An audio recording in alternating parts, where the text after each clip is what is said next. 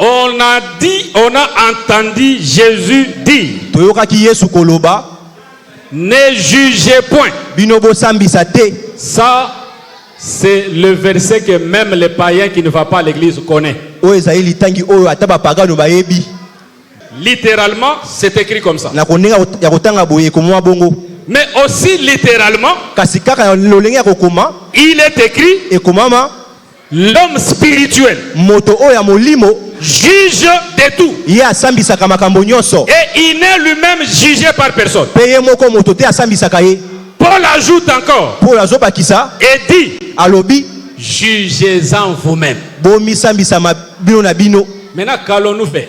Le problème, c'est de savoir d'abord de quel jugement dont il est question dans une ou une autre église. Jugement, le jugement, lui, se dégage en 3 sphères. Et celui qui en a la connaissance, il saura vivre le jugement. Parce que le jugement, c'est la vie des adultes. Ne jugez point, ça veut dire quoi? Jugez-en vous-même, ça veut dire quoi? Il y a 3 sortes de jugements qu'un adulte doit connaître afin de savoir quoi exercer. Dans la Bible, il y a ce qu'on appelle la condamnation.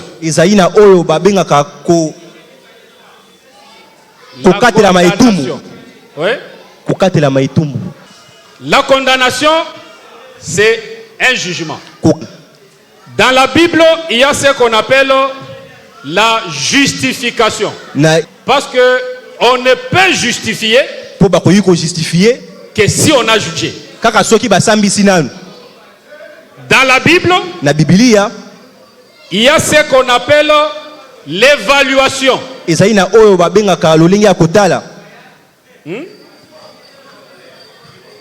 L'évaluation. Parce que quand on évalue,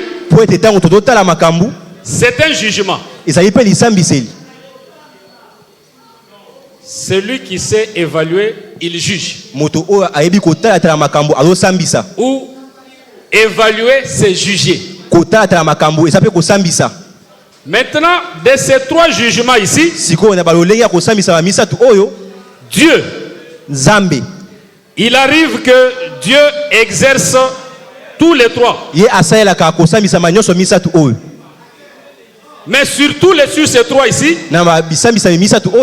Dieu s'en est approprié. Condamné, c'est le monopole de Dieu. Justifié, c'est le monopole de Dieu. C'est ça qu'il disait dans la loi. Dans Deutéronome, à moi la vengeance, à moi la rétribution. En français facile, à moi la condamnation, à moi la justification. Pourquoi? Parce que quand le Seigneur condamne, il y a l'enfer qui l'ouvre pour les condamner.